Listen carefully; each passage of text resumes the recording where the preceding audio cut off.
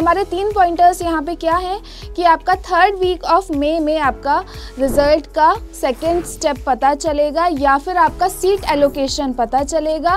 दूसरा स्टेप है कि आपको जितने भी यहाँ पे डॉक्यूमेंट्स बताए गए हैं you have to keep them ready in the PDF form. तो कन्फ्यूजन ये होता है कि सीट एलोकेशन के टाइम पर आपकी कॉमन मेरिट रैंक को कंसिडर करा जाएगा या फिर कैटेगरी मेरिट रैंक को कंसिडर करा जाएगा।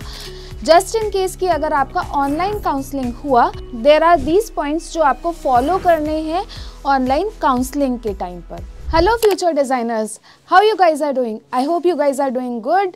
This is Sakshi, your design faculty in physics वाला design and architecture.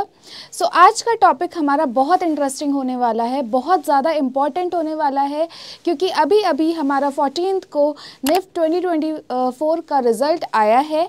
उसकी काउंसलिंग के रिलेटेड हमारा टॉपिक है आज का।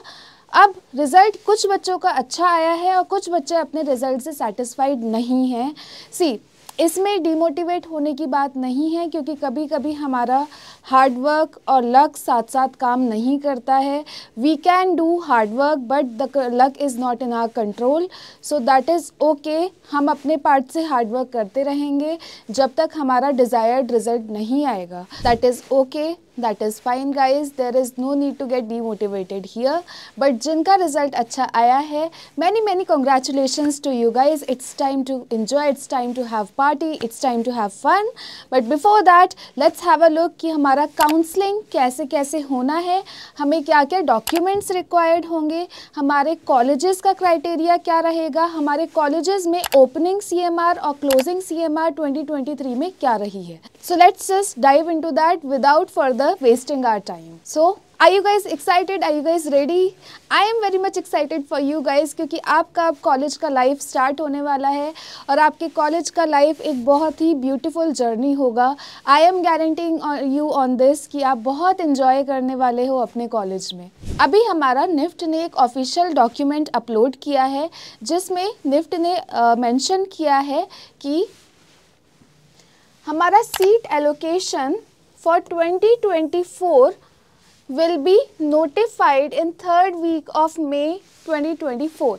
जो हमारा अगला नोटिफिकेशन आएगा सीट एलोकेशन का वो मई के 3rd वीक में आएगा और इसके लिए I am suggesting you guys to keep updated and regularly check the official website of NIFT. So here NIFT has mentioned the students who have cleared the NIFT admission test या NIFT admission exam, they have to be ready with their documents in the PDF form। जितने भी documents उन्होंने अपनी या फिर जितने भी documents NIFT ने अपनी ऑफिशियल वेबसाइट पे बताए हैं, आपको उसका एक PDF फॉर्म तैयार करके रखना है। PDF फॉर्म का जो आपका साइज़ होना चाहिए वो 50 KB से लेकर 250 KB तक होना चाहिए, ना ही इससे कम साइज़ होना चाहिए, ना ही 250 से बड़ा साइज़ का फाइल आपका होना चाहिए। सो हमारे 3 पॉइंटर्स यहाँ पे क्या हैं कि आपका 3rd वीक ऑफ मई में आपका रिज़ल्ट का सेकेंड स्टेप पता चलेगा या फिर आपका सीट एलोकेशन पता चलेगा। दूसरा स्टेप है कि आपको जितने भी यहाँ पे डॉक्यूमेंट्स बताए गए हैं you have to keep them ready in the PDF form. Third हमारा पॉइंट है कि आपका PDF का साइज 50 KB, PDF का साइज आपका बिटवीन 50 KB टू 250 KB होना चाहिए।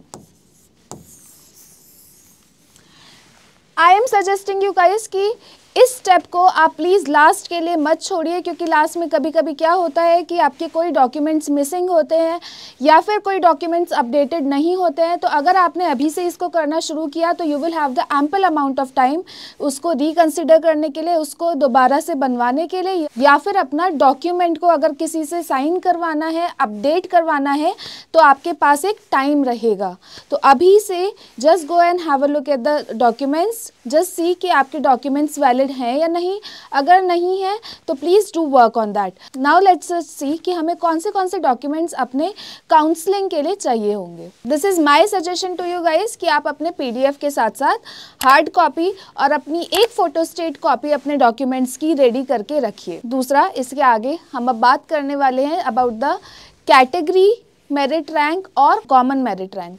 अब यहाँ पर बच्चों को डाउट होता है कि उनका जो रिज़ल्ट आया है उसमें 2 कैटेगरीज मेंशन्ड होती हैं, 2 रैंक्स मेंशन्ड होती हैं आपकी। 1 is your common merit rank, second is your category merit rank. तो कन्फ्यूजन ये होता है कि सीट एलोकेशन के टाइम पर आपकी कॉमन मेरिट रैंक को कंसिडर करा जाएगा या फिर कैटेगरी मेरिट रैंक को कंसिडर करा जाएगा। Now make sure and keep in mind कि आपका जो सीट एलोकेशन होगा वो कॉमन मेरिट रैंक के हिसाब से होगा, लेकिन जैसे कि हर कॉलेज में कुछ रिजर्व्ड सीट्स होती हैं, तो जो रिजर्व्ड कैटेगरीज वाले बच्चे हैं उनको सीट्स अपनी रिजर्व्ड कैटेगरी में वहाँ पर मिल जाएगी, लेकिन जो कंसिडर करा जाएगा वो आपका कॉमन मेरिट रैंक के हिसाब से करा जाएगा। Okay, now see this is very important for you guys, so just keep a note of this thing, क्योंकि ये डॉक्यूमेंट्स आपके रिक्वायर्ड होंगे। ये आपकी निफ्ट की ऑफिशियल वेबसाइट पर भी अपलोडेड है कि आपका क्या क्या डॉक्यूमेंट रिक्वायर्ड है। अगर कुछ कन्फ्यूजन है तो please go through the official website, but यहाँ पर मैं आपको एक बार फिर से एक्सप्लेन कर देती हूँ कि आपको कौन से अपने डॉक्यूमेंट्स चाहिए होंगे फॉर द काउंसलिंग प्रोसेस। सबसे पहला आपका आएगा, ओके, ये है हमारा बैचलर्स ऑफ डिज़ाइन के लिए। This is for bachelors, this is not for your masters, this is not for your BF take.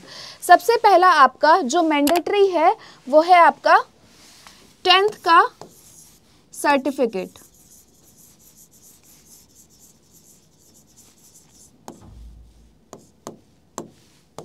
First is the 10th certificate. Second होगा आपका 12th क्लास का सर्टिफिकेट, जिसमें कि आपका 10+2 pattern of examination from any recognised central और board secondary examination. अब इसमें बच्चों को कंफ्यूजन ये भी आता है कि क्या NIOS वाले बच्चे ये दे सकते हैं।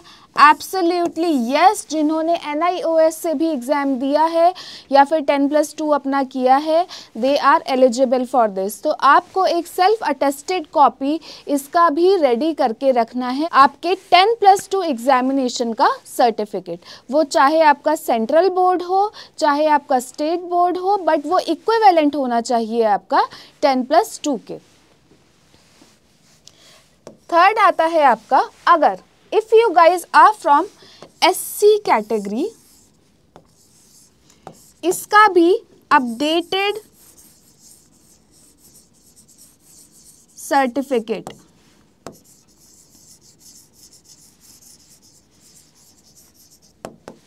अगर आप SC कैटेगरी से हैं तो उसका updated certificate. Then if you guys are from ST category, उसका भी आपका अपडेटेड सर्टिफिकेट।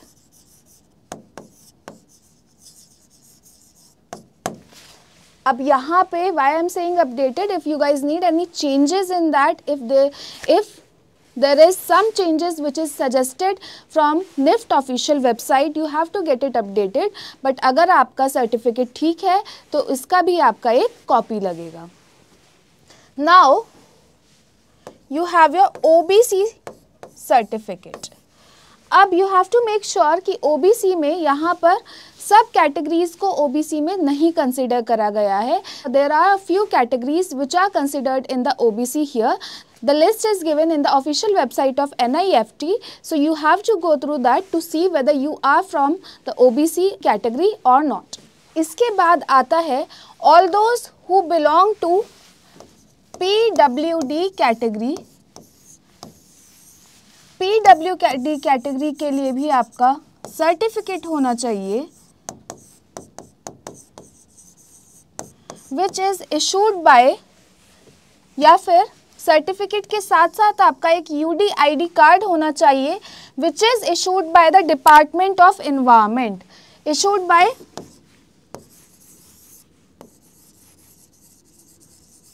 Department of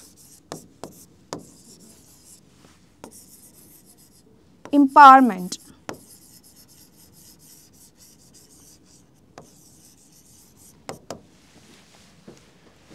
हमारा 10th सर्टिफिकेट, 12th का सर्टिफिकेट, इसके बाद एससी सर्टिफिकेट, अगर आप एससी कैटेगरी से हैं तो ST certificate if you are from ST category. OBC के लिए go through the official website and see and check whether you are from the OBC category और नॉट। पीडब्ल्यूडी सर्टिफिकेट आपका चाहिए होगा, इसके साथ साथ आपका यूडीआईडी कार्ड चाहिए होगा और एक सर्टिफिकेट जो कि आपका डिपार्टमेंट ऑफ एनवायरनमेंट ने इशू किया है।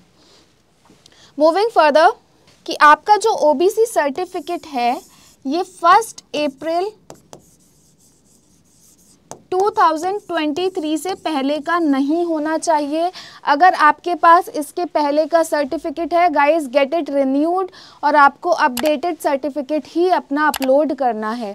इससे पहले का अगर आपका सर्टिफिकेट है वो आपका मान्य नहीं होगा, वो आपका कंसिडर नहीं करा जाएगा। Then if you are from the EWS category, again they need the certificate for that in the name of the candidate और ये valid होगा आपका 2024-2025। अगर आप EWS कैटेगरी से हैं तो आपका 2024-2025 का ही सर्टिफिकेट कंसिडर करा जाएगा। इसके बाद अगर आप कश्मीरी माइग्रेंट हैं तो आपका 12th लीविंग सर्टिफिकेट या फिर 11th का सर्टिफिकेट जो कि आपका प्रिंसिपल द्वारा साइन किया गया हो वो आपका यहाँ पर लगेगा। इसके बाद कुछ एनेक्शर्स भी हैं जो हमारे निफ्ट ने अपनी ऑफिशियल वेबसाइट पर दिए हैं, जिसमें कि आपका एंटी रैगिंग आता है या फिर अगर आप एनआरआई स्पॉन्सर्ड सीट पर अप्लाई कर रहे हैं उसके लिए है, या फिर अगर आप फीस पे कर रहे हैं उसके लिए कुछ एनेक्शर हैं वो आपको फिल करके देने हैं। लेट्स हैव अ लुक कि हमारे एनेक्शर्स में क्या क्या है। These are a few more documents which will be needed for your counseling.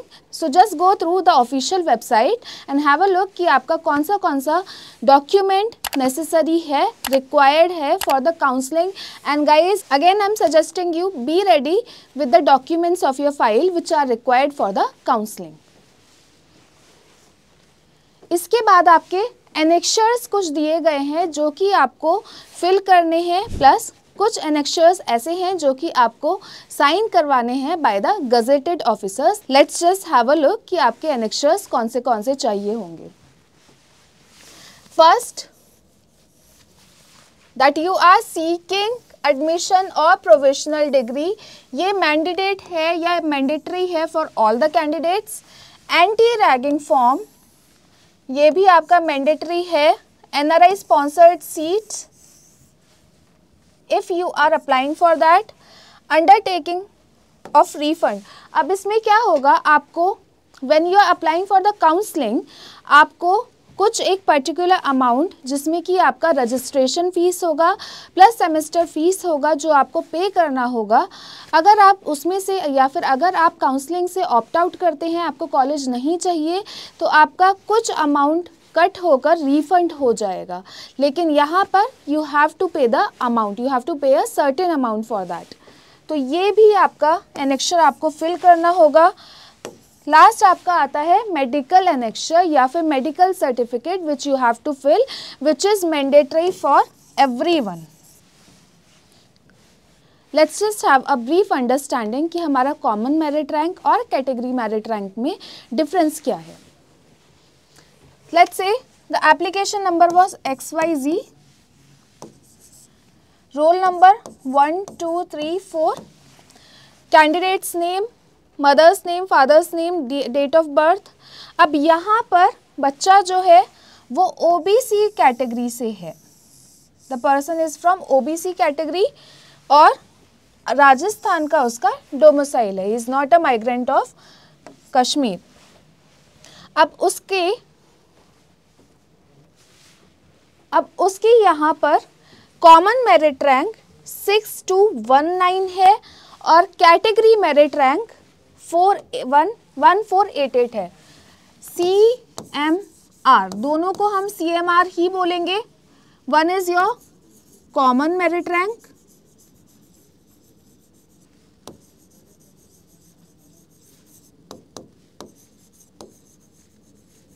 and the other one is your category merit rank.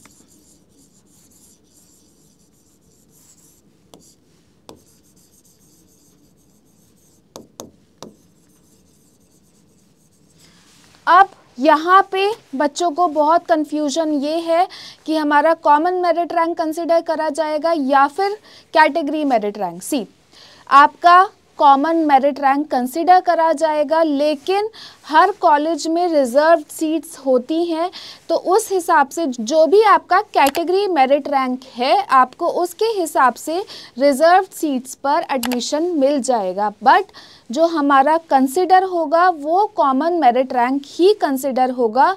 Please do not gate confused into this thing. I will explain this in brief, but यहाँ पर हमारा make sure कि common merit rank ही consider होने वाला है। सी, अब इससे आपको थोड़ा और ज़्यादा क्लियर हो जाएगा कि हमारा काउंसलिंग में कैसे सीट्स मिलेंगी। सपोज करिए कि you are from open category या फिर आप जनरल कैटेगरी से हैं। You are from open category और जनरल कैटेगरी, तो यहाँ पर बैंगलोर में एक्सेसरी डिज़ाइन में, बैंगलोर एक्सेसरी डिज़ाइन में आपका opening CMR again I am telling you, common merit rank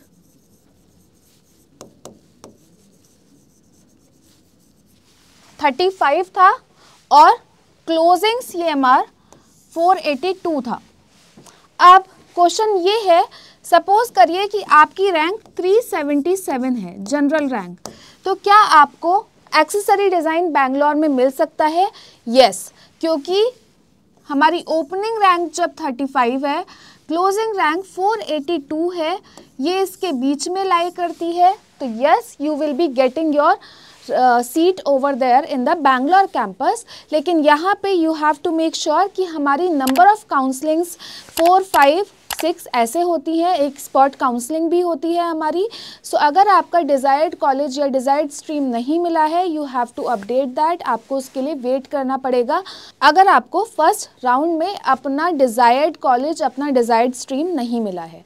ये है हमारा जनरल का, ठीक है। अब समझते हैं कि हमारा रिजर्व्ड कैटेगरी जिसमें SC, ST, PWD आएंगे और OBC भी आएंगे, उसमें कैसे होता है या फिर उसमें हमारा काउंसलिंग में सीट्स कैसे मिलती हैं। So for example SC category, ठीक है, भोपाल और एक्सेसरी डिज़ाइन।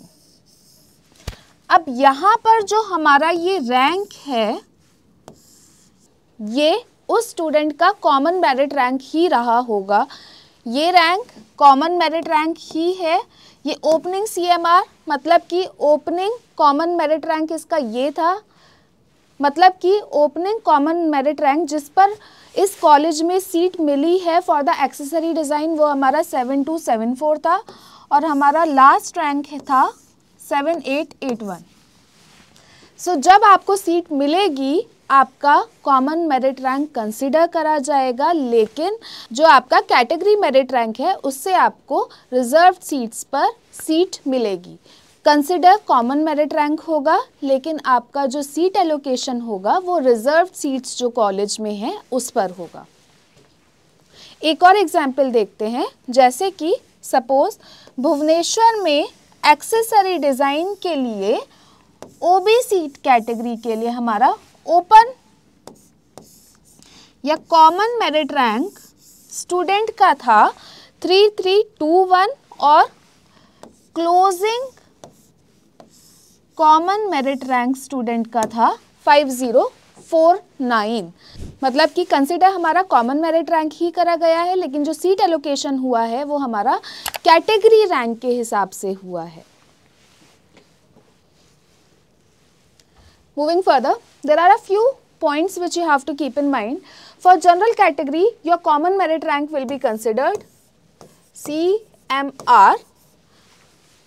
आप अगर रिजर्व्ड कैटेगरी से हैं तब भी आपका CMR कॉमन मेरिट रैंक ही कंसिडर करा जाएगा, बट जो आपका रिजर्व्ड सीट्स हैं उस पर आपको सीट एलोकेट कर दी जाएगी।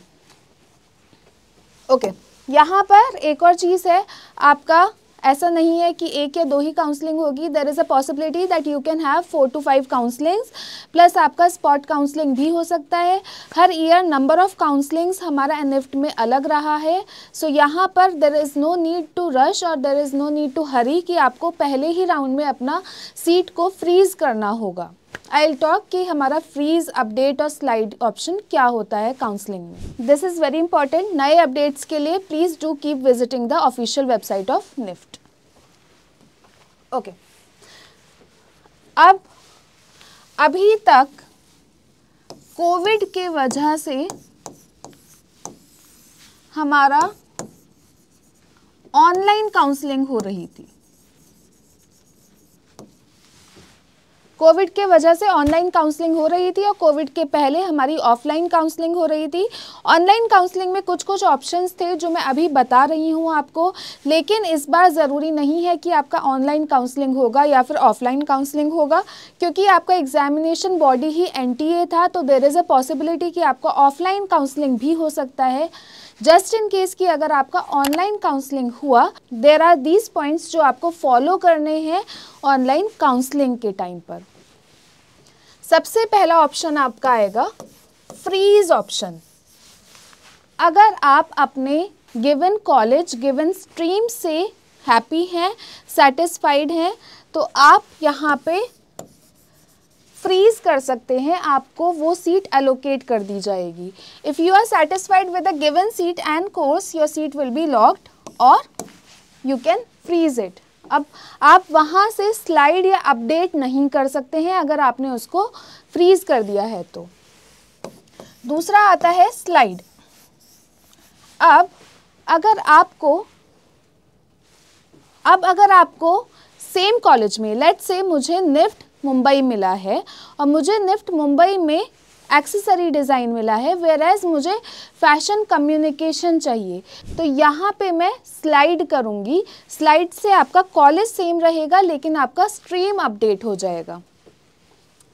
अपग्रेड में ये है आपका, if you want to upgrade the college in the next counselling round, अगर आप अपने नेक्स्ट काउंसलिंग में अपना कॉलेज अपडेट या अपग्रेड करना चाहते हैं तो आपको अपग्रेड करना होगा। बट यहाँ पे they do not give you the guarantee कि आपको अपग्रेडेड कॉलेज या अपग्रेडेड स्ट्रीम मिलेगा ही मिलेगा। इसके लिए what you have to do, सबसे पहले 2023 के ओपनिंग एंड क्लोजिंग CMR का list you have to check.